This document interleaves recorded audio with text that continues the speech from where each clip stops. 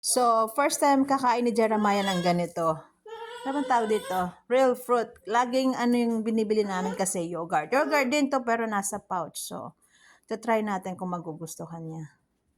So, 4 yung laman niya. So, ganito siya. May sarili kasi siyang pouch. So, susubukan natin. Anong flavor ba binili ni husband?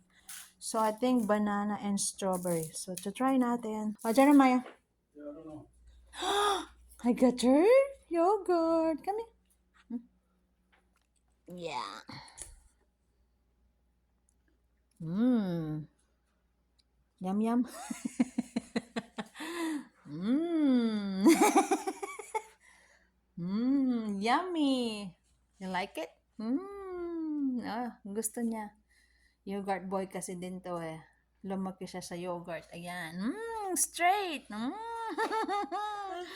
Yummy, yum. Yummy? Ayan, yung straight niya. May snack siya yung tira niya kanina umaga.